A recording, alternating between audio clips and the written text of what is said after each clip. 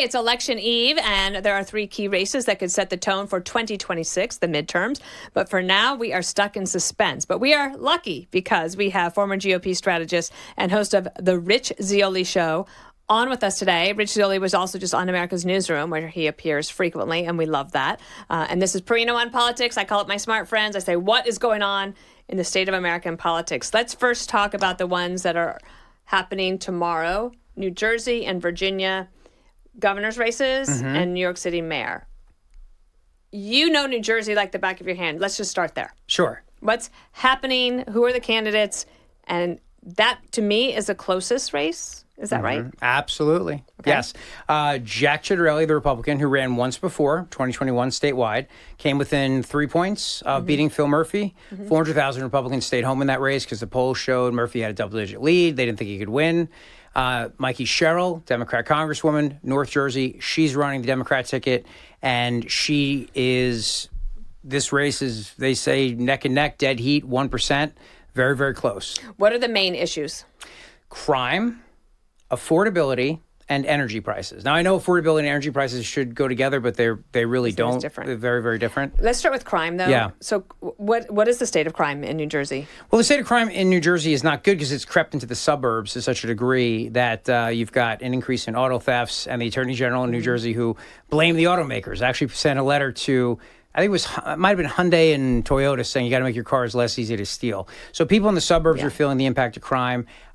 They're concerned about it, but you've also had a lot of fights on the boardwalks in New Jersey, along the Jersey Shore. They have these like flash mobs and these big, and so it's a big issue up and down the coast where Jack needs a big turnout. Monmouth County, Ocean County, it's become a big issue. Okay, and then let's talk about affordability. When people are thinking about that, is it the property taxes? Is it just the cost of living, the cost of house? Is it usually about shelter? And then you add the utilities on top of that. Yeah, so definitely housing is a big part of it in the sense that houses are way too expensive for people to afford. Like Jack Ciattarelli talked about his daughter just buying her first house and how hard it was for her. But it's really about people staying in New Jersey, especially after they retire. My parents left. They went down to Myrtle Beach, South Carolina. Jack has a plan right now. And was that because of weather or finances? Well, I wanted them to leave. No, okay. Mostly it was weather, but finances also. Retirement income in New Jersey is taxable. It's not in Pennsylvania, and Jack wants to do that in New Jersey. Oh, is that why a lot of retired NYPD move to Pennsylvania? They do, yeah. Aha. Yeah, and he said if Pennsylvania can do it, why can't we? Yeah, why not? You have a drain going on, which is that you have young people who don't come back to New Jersey, and then you have people that retire that leave New Jersey. So another plan that he has is that when you graduate college, the first 2 years, you pay no income tax if you stay in New Jersey. And if you buy a house, your first-time home buyer, your property taxes are capped at 1% of the assessed value of the home, to try to keep young people in the state, and then, of course, to try to keep parents, grandparents from fleeing the state once they retire. All right, then tell me a little bit about the utilities, because electricity prices went up because of the current governor. Yes, correct. I think of the current governor. Yeah? No, Am Murphy. I wrong? No, okay, 100%. Tell me what's going on. Well, he shut down coal-fired power plants. He shut down nuclear. He shut down natural gas. Wouldn't allow them to expand nuclear. He did all those things because he unveiled a green energy master plan because he wanted to run for president, and he announced those massive wind turbines all across up and down the Jersey Shore. He mandated everybody has to have an electric vehicle by the year 2035, and that New Jersey's power grid must be all renewable energy by 2035. As a result of that, energy prices have skyrocketed. I mean, Dana, look, we did everything right in our house. We replaced all the appliances with the light. We got the LED lights and everything.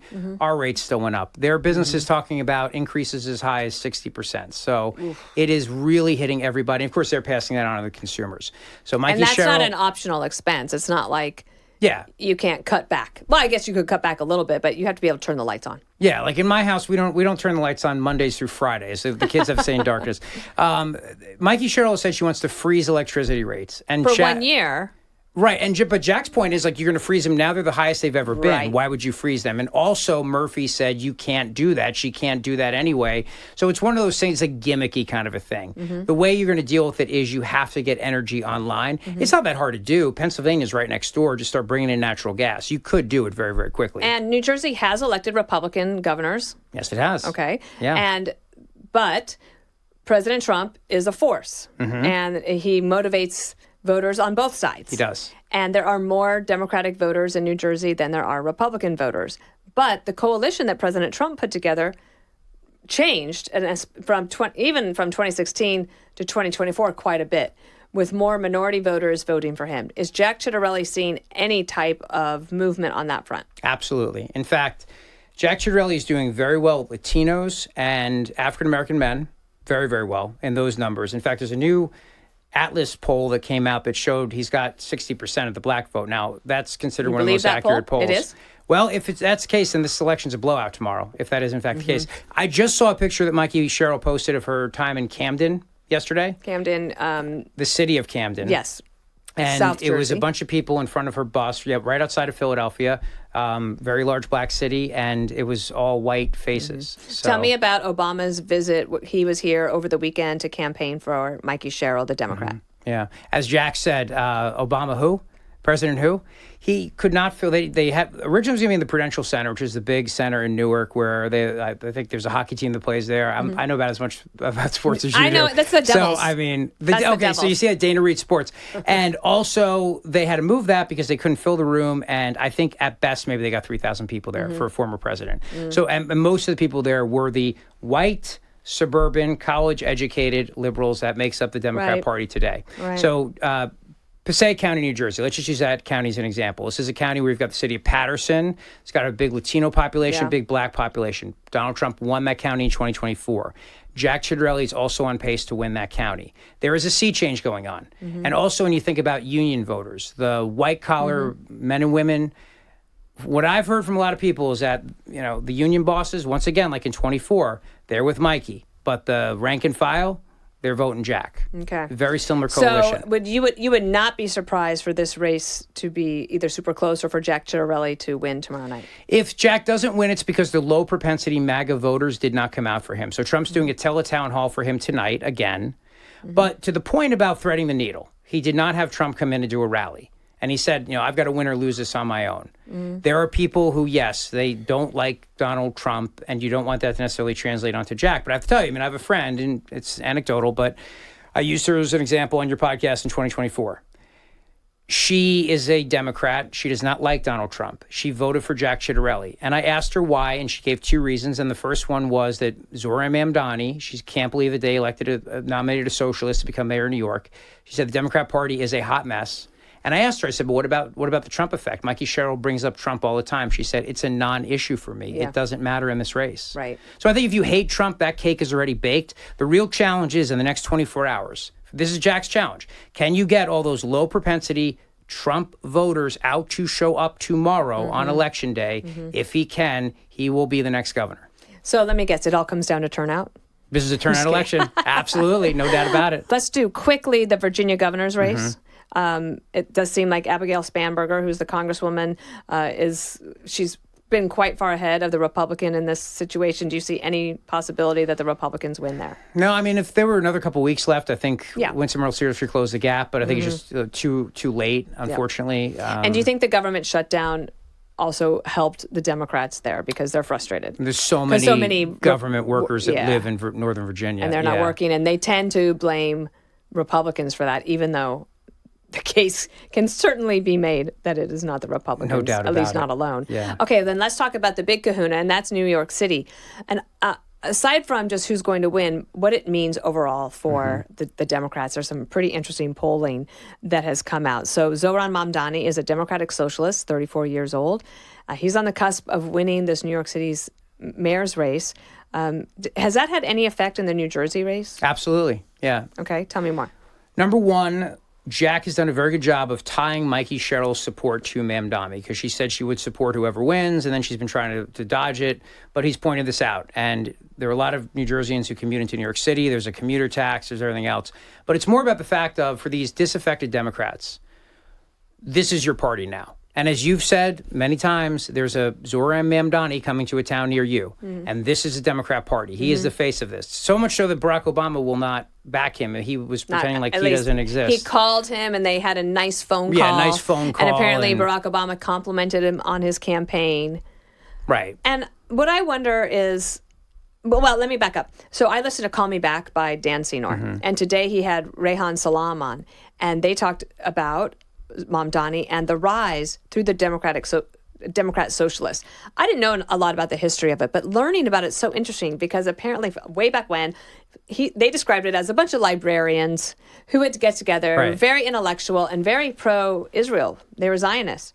And that has changed so much. The Democratic Socialists of New York, that's how you get Alexandria Ocasio-Cortez. And then she brings up Mamdani. And they peg a lot of these young people to the financial crisis of 2009. And as they move on the way up, you have people who do politics kind of as a hobby, right? We do it as a profession, but some people that we follow online, some of the ones that we like the most, it's a hobby for them. And they're funny or interesting. But the Democratic Socialists, it's like they are very organized. They meet every couple of weeks. They're very smart. They figure out not just how to go online, but how to knock on doors, how to rally. And his campaign has been pretty brilliant. And that's why I say you're going to see this coming to a city near you.